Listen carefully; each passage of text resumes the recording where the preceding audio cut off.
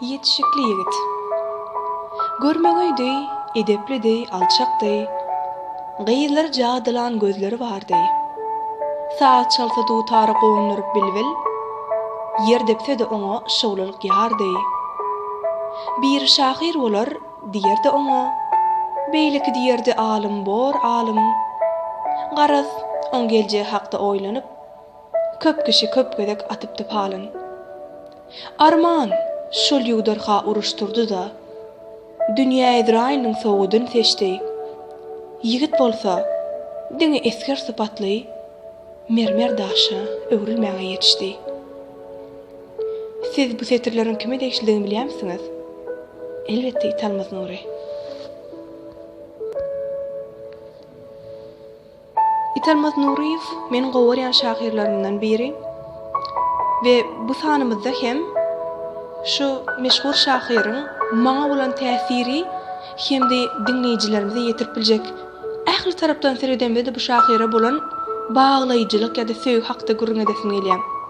Olam nähil söýgü gyz bilen oglanyň arasynda däl, has çuňur seredenmizde, has başgaça seredemizde söýgü. Italmaz Nuri ören sada bolupdyr. Men iň gowurýan tarapym hem şol. Oň bir goşgusy bardyr. Övünme, ýüregi düşmän käň, dym sen. Görköz gaýratyny, aýdanyň kimsen. Hayrana galyryp bilmersiň meni, sezde ýyldız bolup parlap dogsaň da, bulut bolsaň ýag sen, ýuw sen dünýäni. Günüň öňüň tutup durma ýoksaň da. 1970-nji ýyly ýazan goşgusy, ady hem ýok, ýöne berýän habary has ýiti we işden gelýär. Şonuň üçin hem muň goşgulary maňa has gowy täsir edýär. Her bir şahyrymyzyň başlangyjy ýaly menem bir kagaz öz geçmiş terjime halyny aýdaýyn. Italmaz Nuriýew 1938-nji ýylda Mara vilayatynyň Sakarçay etramynyň Çöňgür owusyna dünýä iner. Kakasy Nur Gurbangelli ağa ýyl içinde Nur Kasir diýip tanalsa, ejesi ogul sabyr ýeňe ýumry, ýumşak öý keýwansy bolupdyr. Italmaz Nuriýewiň ütköşük ady bar. Men meselem näme üçin ejesi kakasy öz ogullaryna şeýle ady dakmana münasip gördük diýip pikir etdim. We Juma Hudaýgul diýip bir şah ýazgy bar, şoňa jaňatdym. Olam Italmaz diýen at ol itamalmaz. Ýagny hiç hili erwetniyeti ýok. Her bir ene aty öz dünýä indiren çagysyny iň gowy ýerlerde, iň gowy şertlerde ýaşatmak üçin elinden geleni diýär. Şoň üçin goýşuny itamalmasyn. Yani köp ýaşasyn, haýyrly ýaşasyn, hiç kime de derkar bolmasyn, gerek bolmasyn, işi da bolmasyn diýen mandy dakyan ekenler. Ejesi ogul sabyr ýeňeň köp çağı Italmaz Nuriýewden öňki köp çagasy ýogalypdyr bir ýaşa ýetmänkä. We çaga ölümi hem eje uly ýitki bolandyr diýip elbette çaklamak mümkin ýöne iň soňky çagasyna Italmaz goýmagyny sebäbi hem şol eken.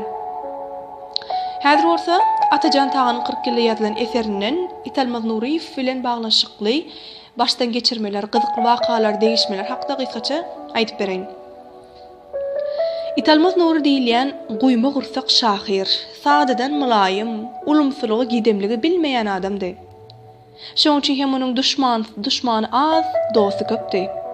Şoň üçin hem ol hakda değişmelerde, şorta sözlerde döräberýärdi. Aramyzda Italmaz bolmasa, oturuşy gyzyksyz, toý şagalaňsyz ýalydy. Oňa käte juda gödök hem degýärdiler. Emma ol değişmäni göterýärdi. Käte çydamasa öýkesi uzağa çekmeýärdi. Öýkelekden soň 5-10 minutdan ýyzyna dolanyp, içiňiz ýansa da gelendirin diýärdi-de, ýene bir gyzyl gyran güldürýärdi. Garaz onuň baran ýeri alaýardy. Men onuň pesbäligini hasda noktamak isleýärin. Hatda ol jaňa dende kim bipleýär diýen sowala "Ay men lay Italmazlay" diýip özüni pesip jogap gaýtarýardy. Oňa garamazdan hiç kim onu kimsitjek bolmaýardy. kimsidip hem bilmeýärdi. Çünki ol zihini şahirdi, vepaly dosty, mert yollaşdy. Beýle adam durmuşda serek gabat gelýär. Onu şonuň üçin hem halaýardylar, hormat goýardylar. Uzak etraplara, tanış yerlere iş taparlar bilen baramyzda, aramda italmaz nuru bolmasa, biz yürekden kabul edilmeýän ýaly duýardyk. Ay italmaz nuryň himal gaýdaýmal keniňizde, diýip nägilelik bildirýärdiler. Men oň bilen bir institutda okudum. Biz ören gowy görüşýärdik. O bir gezek täze çykan kitabyny maňa sowgat iýerennem. Onun iç yüzünü Moskvadaky ýeketäk türkmen, Türkmenistanyňky ýeketäk ýiwrey, emma iň gowy dostum Atajan tagyny diýen ýazgy edipdi. Käte bir aýlap, käte 2 aýlap öz hakda täze degişme döremese, gabat gelenne "Men hakda täze dörediň dokmay?" diýip gyzyklanýardy. Men şu ýazgymda italmaz nury bardaky degişmelerden bolup geçen durmuş wakalaryň hem käbin gaýtylmakçy. Emma ol italmaz nuryny kimsitmek, onuň üstünden gülmek däl-de gaýta sewer dostumyzyň, şahanaz adamyň ruhyna hormat goýmakdyr. Onuň idil diriligine bolşýaly görkezmäge synaşmakdyr.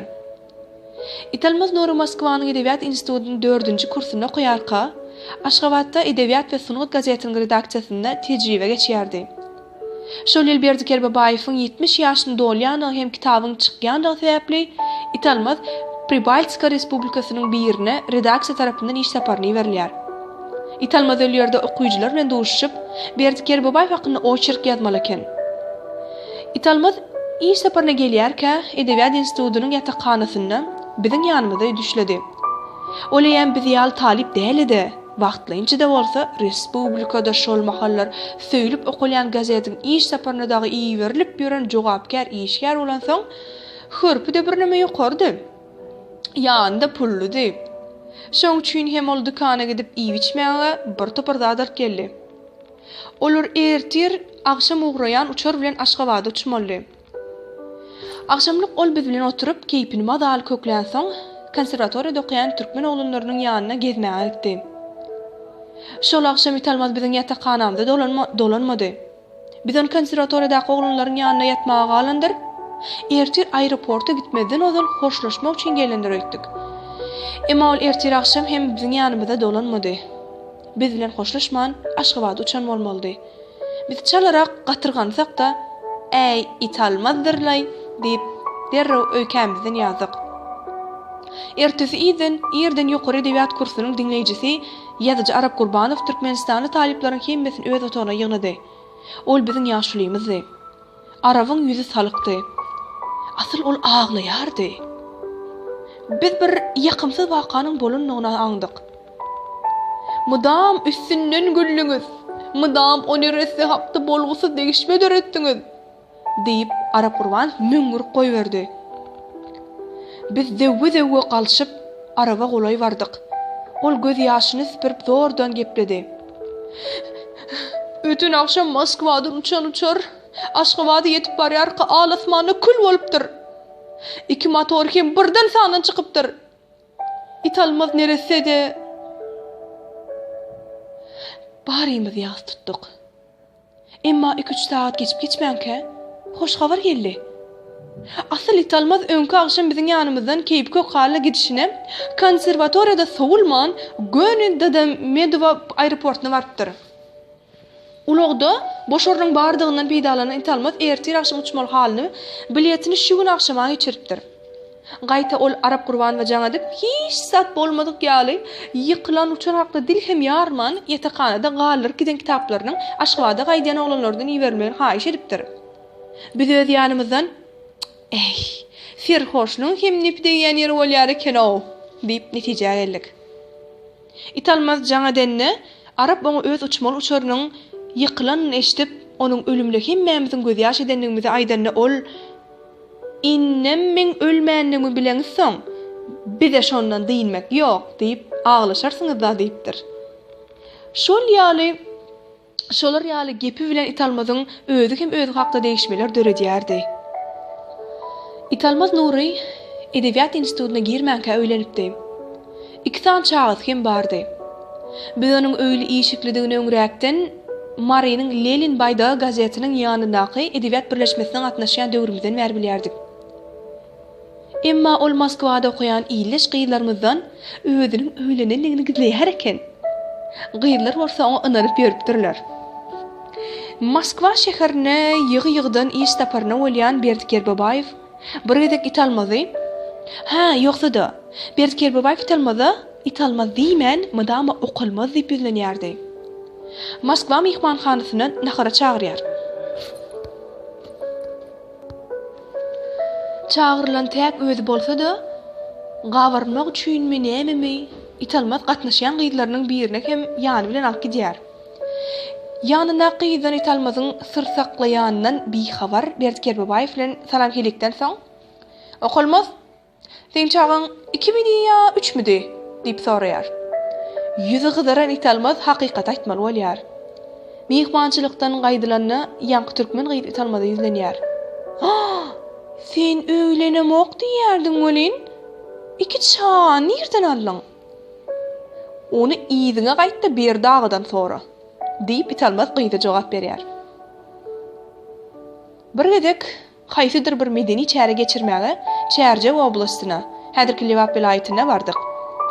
Etraplaryň birini ugramaly ýazyjylar, olaryň ýany bilen gitmeli yerli adamlar obkomyň jaýynyň öňünde ulaga garaşyp durdular. Aramyzda obkomyň birinji sekretary Balta Çaryýew hem bardy. Dymyşlygy bozmak isleýän Çaryýew başga-da bir gep tapman, ilki gözüniň ýylan zadyny ünsüne gönükdirdi. Ol gapdyny duran Ata Atajanowyň çal paltosynyň ýeňini elinde girdi-de, "Bäh, göre ýazyjylaryň tapaýan eşiklerini" diýip, "Bizim şular ýaly ýeňiljek hem düşmüli paltonyň gözlegine welin." Uly ýol başçy tarapyndan paltosy öwlen Ata Atajanow uzak gawrylmaly bolmady. Sebäbi beýlerekde duran Talmaz Nuriýew ýylgyrdy-da, "Baltaga, özüň obkomyň birinji sekretary bolup tapýanyň şolar ýaly paltomy?" diýdi. "Ola mende de bar. Öýde, bahasam 65 manatlay." Baltaga ýagdaýy ýuwarlamak üçin 65 manat bolsa malygy gowy keni diýen boldy. Ata Atajanow soň-soňlar hem gawat gelen ýerde şol wakany ýatlap, "Durrek it almaz" diýsänim. "Ýeri, senin o paltoň bahasyny soran adam boldymy?" diýip başyny ýaýkady ýördi. Edebiyat institutynyň ýatakhanasynyň 2 adamlyk otagyna it almaz Nuri 5 ýyllap şol bir adam.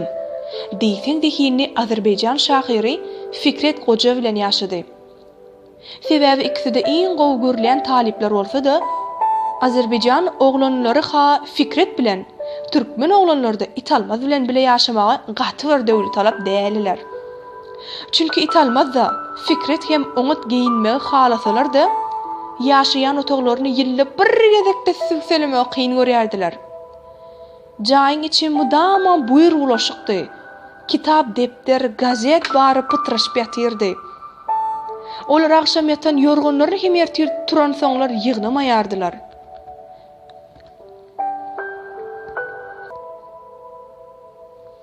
Yorgun gaplanyan ak yapınca yatakhananyň 2-nji gatyna düşüp çalşyryp gaýdy bermeli bolsa it almaz bilen Fikret uly bayramçylykda gawat geläýmese asla çalışmaýardylar.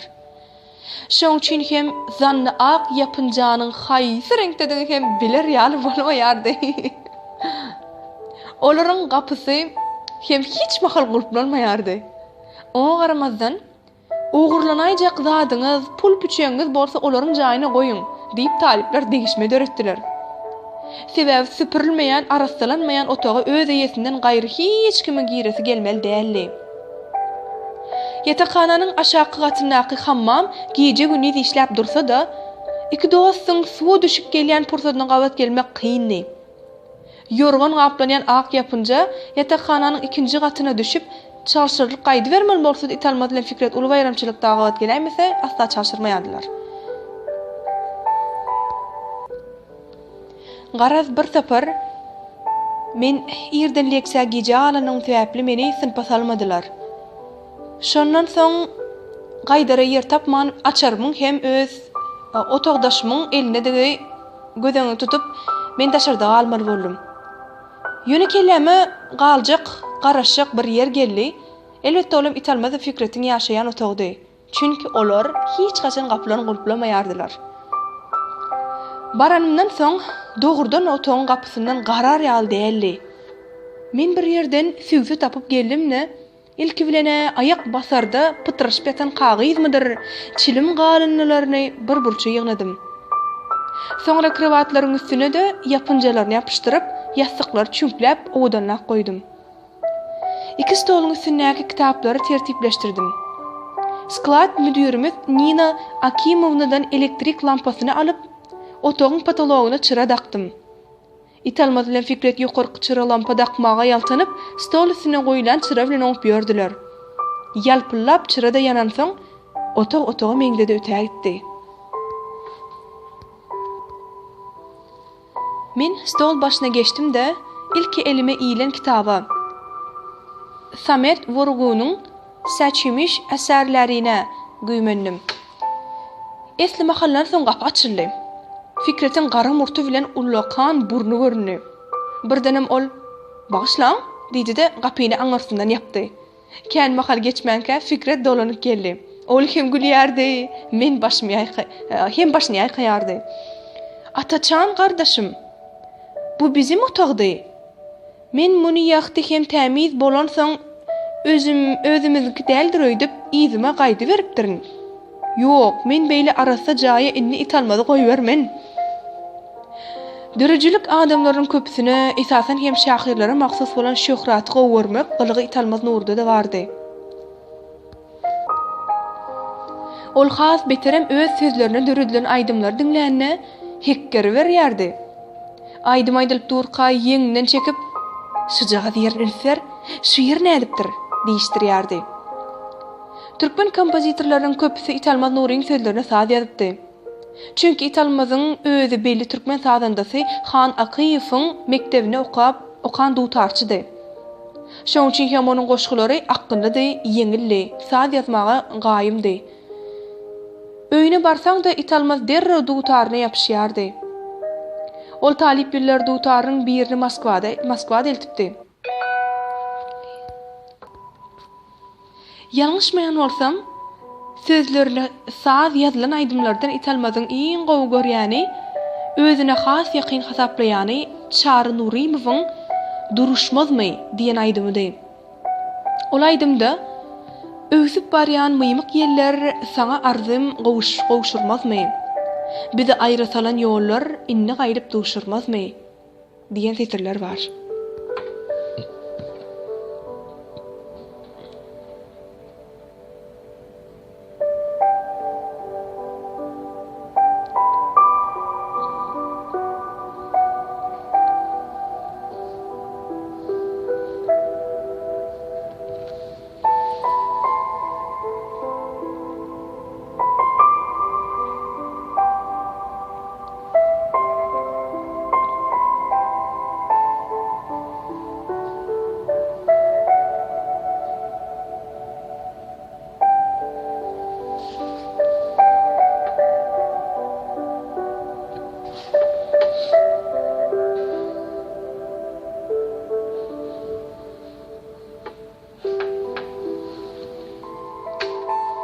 Italmaz Nuri "Duşurmazmy" diýen goşgyny dünýäden öten aýaly oguljaren pahyra bagşlap ýazanmyş diýen çaklama köp ýerde meniň gulagyma degdi. Emma ol çaklamany men nädor hasap edýärin. Sebäbi ýokarda mysal getirilen benniň soňky iki setirini goşgy doly ýazylmazyndan Nurimow bilen ýazan sazyny döretmezinden 10-15 ýyl ozal kemeş diýerdim. Ol setirleriň ilki döreş taryhynyň da şaýadydım. Italmaz Nuri şol iki setir mätäjiniň bilen barmy diýen şygyryna döredilen halk aýdymynyň heňine salgaýtylýardy. O setirleriň döremeginiň, o setirleriň häl işinde awtor tarapyndan gaýtylanyp ýörülmegini hem özüne ýetik sebäbi, öz taryhy bar. O taryh şeýle: Talip billerimiz Italmaz Nuri Moskwanyň teatr sanaty institutynyň aktyorluk bölüminde okuyan türkmen toparynyň arasynda S diýen gyýda aşyk boldy. Onda da nähili aşyklyk. Italmaz şolgy diýip akyl huşuny ýitirdi. Bir gezek gece saat 12'den ýemsoň ol meniň ýanyma geldi. Kurtum. Ha, bu Italmaz maň köplenç kurt diýip bilinýärdi. Ýagny Atajan taýany. Kurtum. Teatrçylaryň ýatakhanasyna gidip gelelle. O nähili gideli. Saatym näçe bolaryndan habaryň barmy sen? Ay, saat nämemiş ol? Bu mahal awtobus hem gatnaýan däller. Sen oňaladasyn etme. Kurt, men taksi tutup geldim. Aşagda garaşyp dur. Sen maňa ýolaş bolsaň bolýa. Ýeki özüň täp ýör diýäýmisindir. Gidemizde de sen barybir esi görüp bilmersiň. Olar bu mahal düş görüp ýatandyrlar. Ýatakhanam daşyndan bir gezek öwürmet gaýdaýylla, Kurt.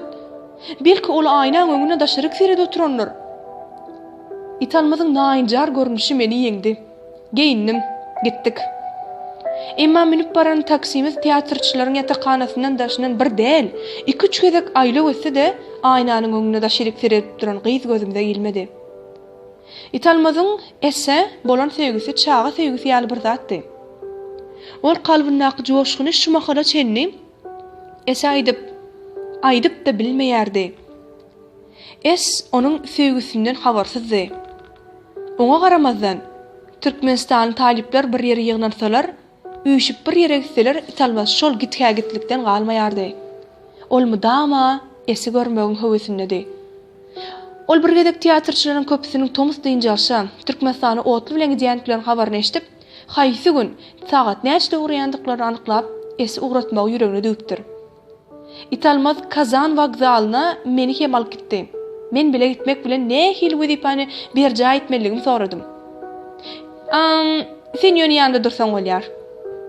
Ha, ol dur diýip wagzala gadam basanymyzdan Italmaz telim we gol aňarda duran oglan gyzlaryň arasyndaky esi görüp geçipdir. Biz olaryň ýanlaryna bardyk, talamlaşdyk. Olar bize hiç hili ünsüz sualla bermediler. Italmazyň özü bu ýerde peýda bolmagymyzyň asyl manysyny gizlemäge çalyşyp, "Ay, bizden bir tanışmyk gidýärdi bolan, şol uğratmana geldik" diýdi. Herne geljekki dili uzyn artist bolmalaryň biri "Tanışyňyzy uğratmaga gelen bolsaňyz biziň ýanymyzda durmaňyz näme?" diýmedi. Otly uğrady. Italmaz ikimiz mendilli galyk. Men onu kesesinden syynadym. Italmazyň gözi ýüregi Aşgabatda tarap uğran, otlynyň ýyzy bilen gitdi. Mendilli ýaş şahyryň diňe boş göbresi galdy. Wagt barny ýitirip bu ýere geldik. Ýeri näme netije çykdy? Alınmadyk mihmana döndük. Senin o hatda sağ ol hem diýip bilmediňe. Diýmem-de näme? Şonu da diýip bilmejek bolsaň, näme maksat bilen wagzala gelýän? Wah, Kürt, sen onu düşünen ok da. Sen Kürt-de. Sen Kürt bolmasaňam, düşündir de. Barybir ol kiňiziň ýoluňyz başga ahýaryn. Häzirde ol beýlek gitdi, sen bäri gaýtdyň. Ýollar aýrylsa da, ahir berigändir Kürtüm. Şondan kel mahal geçmäke Italmaz Nuri keýpi çaq mahaly bizni aýra salgan ýollar ahir ýene duşurmazmy? Gaýdyp bir gün duşurmazmy diýen setirlere heňlenmän tapdy. Belki de ol goşgynyň galan setirlerini soňsoňlar, megerem dehili kompozitor Çary Nuriýewiň haýşyny ýadylandyr. Çary bilen Italmaz ýegre dostlar. Ýene duşurmazmy diýen aýdymy eşitende, men şindi hem Italmaz Nuriýewiň şol görmegi gyzyň ugruna ylgap, ýene bir gezejik hem bolsa görmegiň arzuwy bilen Moskwanyň Tver bulwaryna, Sabinov köçesine selpän ýerlerini ýatlamaga mejbur bolýaryn. O sevgi kalby pek şahyryň arasy sevgisidi. O sevgi gözellige, çyn poeziýa bolan sevgidi. Gözelligi ýürekden düşünmegi, gowanmagy başarmaklygyň asyl nusgasydy. Bir gezek ýatakhanamyza ýokary edebiýat kursynyň dinleýijisi, ýazyjy Kakyly Berdiýewiň ýanyna Moýlimler gazetiniň baş redaktory Şirli Durdiýew, Türkmenistan Eşriýatynyň baş redaktory Çary Matalow, Tokmak jurnalynyň baş redaktory Çary Aşyrda gezmäge geldi. Mihman gelse gelmese mıdama gazyny gaýnap durýan, duzy zor, duşmany güýçli diýilýänleriň hilinen bolan Kakyly Berdiýew bu gezek dürrü dümen nahar baryny bişiripdirdi. Hemişeki endigine göre talip iýleşlerini hem çağırdy. Nahardan soň kitap depterini alyp haýdap okuw berýän Italmazy dälizden gören Çarym Matalyw "Eğer ömrünü bir gezek mihmançylyga geldik bolin, ağalaňyz gelenini dagy bir günjik okuwa gitmän hem bolur ahir" diýär. Italmaz oňa "Wah, Çaraga, bize oňa da okuýar ekenler" diýdirjek bolup, "Siz geleňiz okuwa gitmä hyýallanýardyk bolin, badymyz allaňyz, başga günler asla okuwa gitmesek näme?" diýär. Institut tamamlanan soň Italmaz Nur Edebiýat we Sunat gazetine ymykly işe girdi. Gazetin baş redaktory hemmeler tarapyndan sylanýan Bayram Belmuradow işin hilini hem eli işleýän jurnalisti biçe gowy seljerýän adamdy. Şonuň üçin hem eli dili ýerwer Italmaz Nuryny käte aljyraňy görünse-de Bayram ağa ony bölüm müdürlige belledi. Italmaz Aşgabatda işlese de jaýsyzlyk zerarly çağılaryny ýanyna getirip bilmeýärdi. Ol Bagşy Nurjimal Adyýewanyň howlusynyň bir burçundaky hüttükde kireýine ýaşaýardy. Bir gezek Italmaz maňa "Özüme Berdaganyň ýanyna möhüm bilen barmaga utanýan bolin, sen kurtum, maňa bir jaýjaga zelep bersene" diýdi. "Çağılarymı hem getirip bilemok, kişi howlusyna baknaýan bolup ýaşamakdan halis ýadydym. Men dostumun haýyşyny berjä etmek meýli bilen Berdiker Babaýewiň iş otagyna bardym. Haýyş aýdylmanka, okalmaza jaý aladasyny etmek öz hakydamda da bardy" diýdi-de Berdag derrek hökümet telefonynyň şahyna ýapyşdy. Halmurat Garaýewич diýen biri bilen şol ýolaş Aşgabat şäher ispalkomynyň başlygy bolsa gerek. Salam hili alşdy. "Maňa ha otoglyja bolsa da bir jaý gerekdi." Halmurat: "Gow şahyrim bar welin, bala çagasy bilen meýdanyna galy diýen ýaly. Bir bolgusyz tünekde hak heştek tülep ýaşap ýör. Şondan bir aý töwere geçen soň men ýene Aşgabatda iş sapar bilen gelende Berdaganyň ýanyna salamlaşmaga bardym welin, ol gözlerini çalartdy-da nägili äken bilen: "Näme? Yeni aşnaň üçin jaýjylyk etmän aýallyňmy?" diýdi. "Oňa aşna diýmezler, tüýs sölüýte diýerler. Işä bitirdi ýigit." Berdiker Babaýewiň bir zada gaty gahar gelse ýa-da keýpi erwet bozulsa gözleri çalaran ýaly bolýardy. Bu gezek welin oňa gözüni mazal çalartmagy hem esas bar. Asal Italmaz Berdiker Babaýewiň bir hepdäde ýetirmän alyp beren jaýyna öz geleňsizligi zerarly mahaly bilen göçük barmandyr. Täze jaýyň gapysyna berkirek gulp hem oturtmandyr. Netijede eýesi ýaly bolup boş duran jaýy köp çağıly bir ene kürsäk giripdirdi. Ol öz goşlaryny hem getirip ýaşa beripdir. Kanun gödök bozulsa da köp çağıly bolan soň ol aýaly hiç kim jaýdan çykaryp bilmändir. Şu wakadan soň ýarym ýylda geçen soň köçeden haýdap gelen Italmaz özüni Berdiker Babaýewiň çağıranlygyny aýdyp meni hem ýaly bilen alyp gitdi. Eli kagyza dolanygy bir zatly Berdagy biz kabinetiniň iç işigine garşy aldy. Biz onuň izine düşüp daş çykdyk. Berdagy kineli ýaly ýylgyryş bilen maňa ýüzlendi. "Akalmaza ikinji gede alyp berýän jaýymyzy ýene bir eýeläýmenke gapysyndan alaja dakyp gaýdaly, daragoy drug. Ýaşulynyň Volgasy Hudaýberdiýew köçesiniň 74-nji daýynyň gapdaryna baryp saklandy. 4 otogly päkide jaý. Biz Berdaganyň ýyzyna düşüp, otoglaryň içine telimgede gaýlandyk. Ýaşuly jaýy Italmazyň özünden ne beter begenýäni meňleýärdi. Birden hem ol elinäki kagyzy açdy-da, heniz ýagy hem süpürilmedi gulpy çykardy. "Daragoy okolmaz. Şu mäkem gulp menden saňa peşkeş bolsun. Şu gezegem jaý elinden gidiräýseň, ýene 10 ýyldan hem tünekli bolaryn öýtmegin.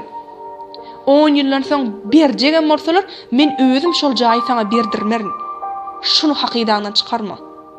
Berdiker Babaýew gyssanýanlygyny aýdyp jaýdan çykdy.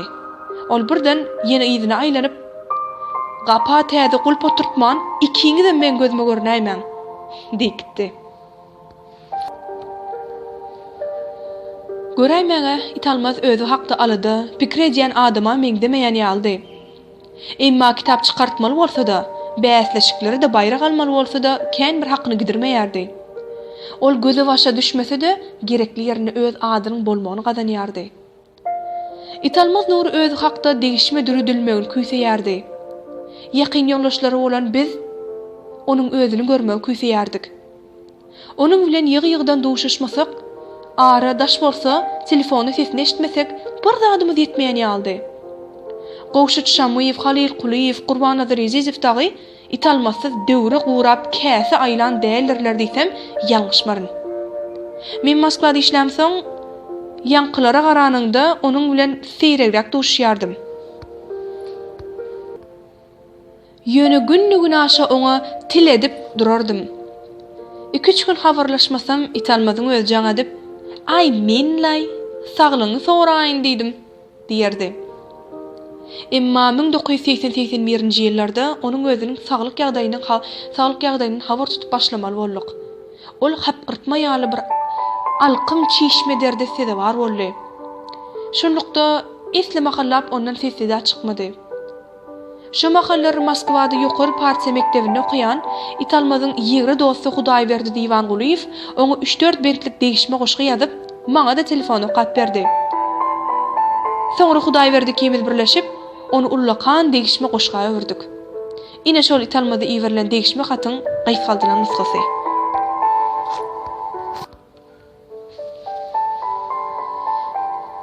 O waňa terk etdiň, iýliň amanmy?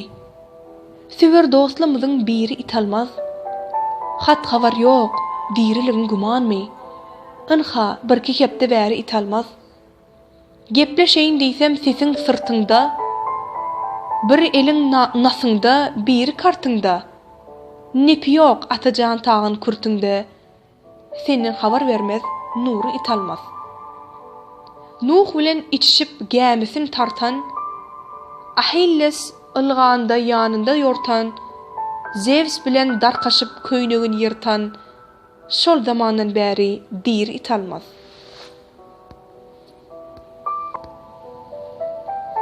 Garaşman börähet hödür kereme, kürsäp girip gittiň bagy ereme. Sen döreliň bardyr goja yereme, zooparkyň meýmuny şiri Italmaz. Näçe asyr şerap sizi dahanyň, näçe asyr diýişsiz gezdi dahanyň. 1000 ýyl ozal maruşahu jahanyň, tassanyn bolupdyň meri Italmaz.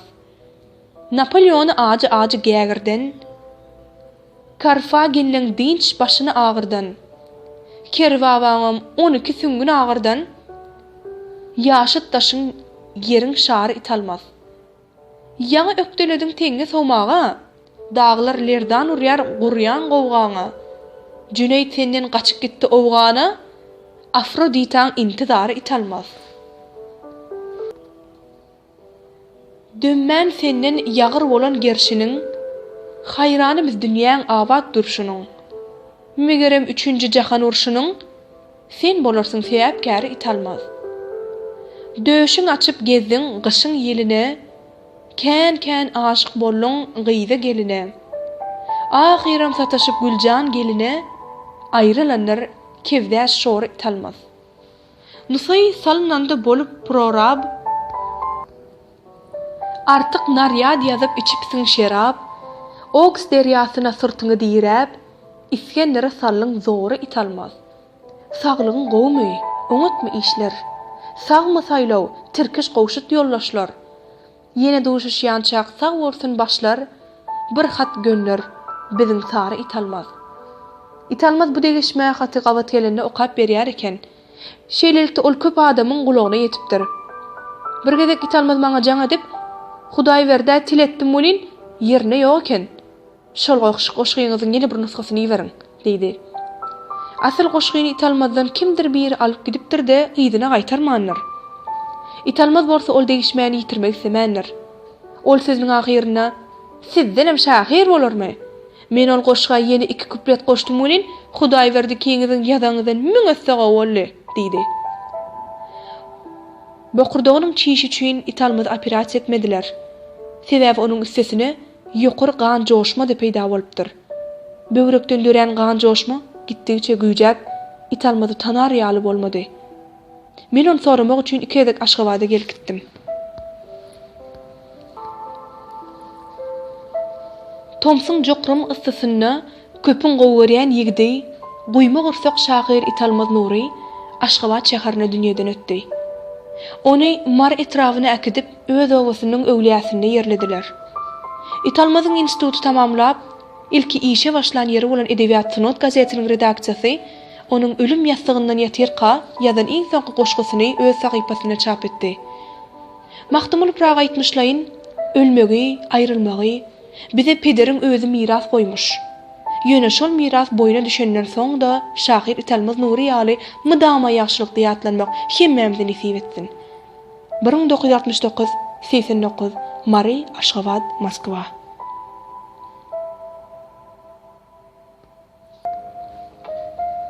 Sözümün ahirine bolsa, Italmaz Nuri'nin meniň üçin iň ýakyn we hem adama da degişli bir goşgusy bar, şoňla jemlemek isleýän. Ady Biçäre. Olam sagada adamdy, dost ýaram bolupdy. Arman birden biçäre, agyr derde ýolukdy. Bir gün ähli arzuwyn peşkeş berip şemala, ýumdy mäkem gözlerin, batdy pikir hyýala. Soňam açdy azaby, gitmän eken biderek. Dim salymda keşfini, üýtgedipdir töwerek. Ne agaç var, ne de gül, ne dogan var, ne dost ýar. Bar zat pula öwrülip diýär, bolla sen hossar. Ýygna bizi, ýygna dost, olam haýdap çöpledi. Bir ömrü däl, 10 ömrü, etjek pulu toplady. Şonu da ol az görüp, öz üşüren baýlygyn, ayalyndan ogryňça gizläp goýdy aýlygyn, satdy gyjak dutaryn, sazyn pula çalışdy. Iki dogup bir galan, gyzyn pula çalışdy. Garaz dünýäň zadyny iýilden günden gysganyp, gezdi nefsin gujaklap, ýatdy nefis ýassanyp. Soňra hasam bulaşdy, diýip durmadyň çenne, Karuny ýuwdan nefis ýuwutdy onuň birdende. Şeýdik gitdi derdine, tapyp bilmedi çäre, wah, iýilýaly mazarym galyrmady biçäre. 1976. Videony ýazgyn Aýdymal Gurbanowa, Halkara Insan Perolunlar we Ösüş Üniversitesiň 3-nji ýyl talyby. Ýyl 2018.